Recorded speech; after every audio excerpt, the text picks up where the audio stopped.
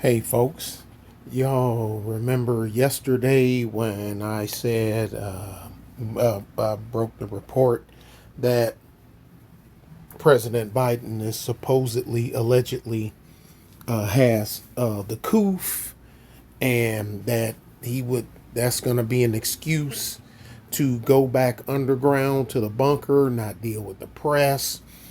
And I think it was myself and either it was Roscoe or Iron Five were we going back, and I was saying, well, that may be their sign to him that you're gonna do this or else. Well, there's some words floating around. I can't get it in print yet that he's going to step. That he well, not he's not going to step aside. The words I'm hearing from a couple of folks of mine, and one of them works for a four-letter organization, not a three-letter. He works for a four-letter organization, but he's family. What I'm gonna do? Says that maybe he's going to not seek re-election, and but so far as other, so the scramblers aside, I remember early this year or late last year, when me and the crew, Sly and all of us, because I put up a video about Gavin Bang Your Wife Newsom, when somebody they had asked him on some platform about him running, and he said definitely not, blah blah blah, and then Sly was like, "Don't believe him, he's a liar." Well, I know that. I mean, any man that screws his best friend's wife, it can't be trusted. But that's why I always say Gavin Bang Your Wife knew. He admitted it. He admitted that he done it. And she admitted it too. But anyway, past that. So who's going to be next? Cause it's not gonna be Kamala. Cause I'm quite sure Kamala gonna be like, look, you're trying to hand me a dumpster fire. That's what I would think she'd say. But anyway, let's play a little bit of this. Obama tells allies that Side Road Joe need to reconsider. We are hours away from the main event. Former President Donald Trump accepting the GOP nomination for the third time. Our Jay O'Brien joins me now. We are in the home stretch, Jay. But I do want to start with Democrats, if that's okay, because we've been talking about this Washington Post reporting. Former President Obama. And you see, it says this was 2 hours ago on ABC News. Apparently privately expressing concerns to fellow Democrats about Biden's candidacy.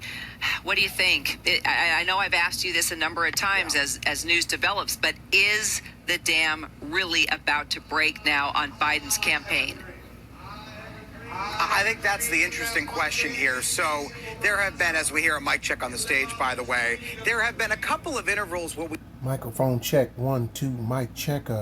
We thought maybe the dam had been patched up, and then it had been kind of reopened, reignited. One of them was those comments Nancy Pelosi made on Morning Joe. Remember those, where she kind of left the door open for Biden potentially not running again. And then just yesterday, Adam Schiff comes out, says that he doesn't believe Biden should run again. That also kind of reignites this tension in the party after we had thought maybe Biden had put it to rest a little bit. And now this reporting as it relates to not just former President Obama, who's a huge figure in the Democratic Party, but also we know from our Jonathan Karl's reporting, Chuck Schumer, Hakeem Jeffries, also expressing different variations of concern, if not outright doubt, that Biden could win in November in private conversations with Biden. That is what the Washington Post reports, that President Obama has privately expressed to allies as well, that he doesn't believe that Biden has a very open path to victory come November.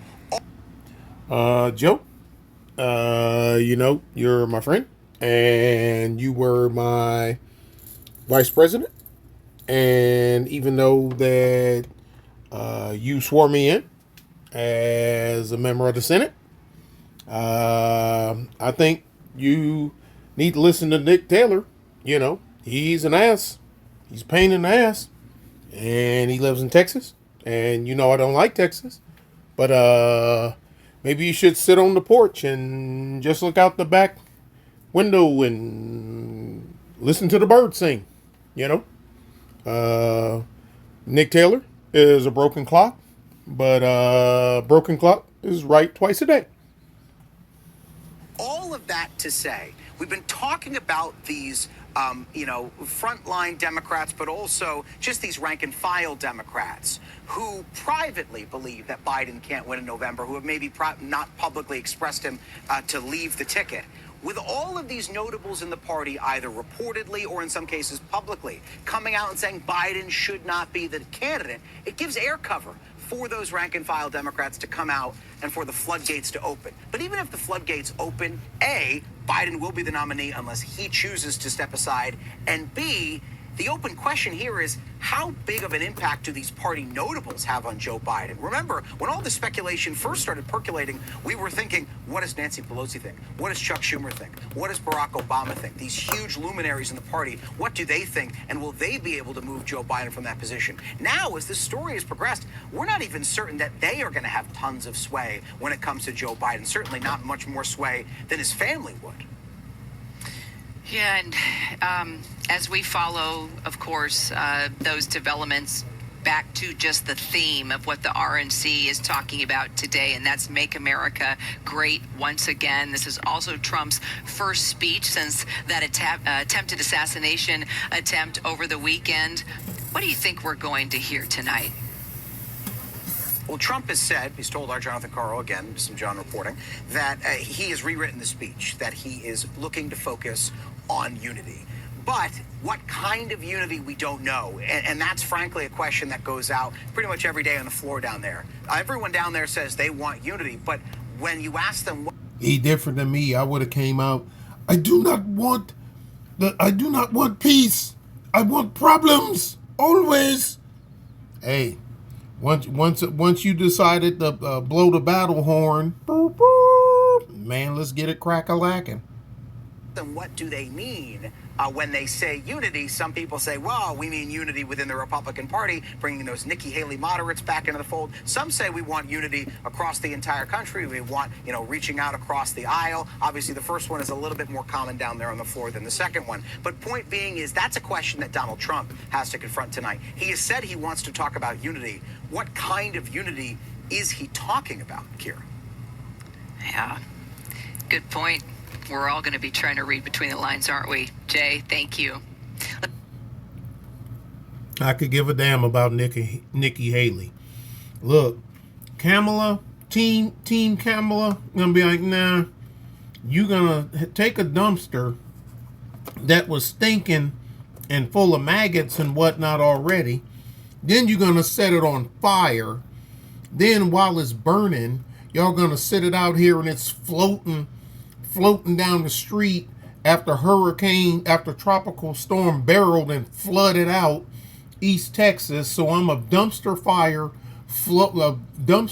fire, floating down a flooded out street, floating towards me, and you want me to grab this dumpster in a flood zone that's on fire and put it out? Yeah, I'm going with no on that. Negative, Ghost Rider. Negative. I'm quite sure that's what she would say. If I was her, well, I wouldn't be her because I'm not a cackler, but you know what I mean. But yeah, nah. Kamala probably don't want nothing to do with this. Tell me what y'all think. Bye.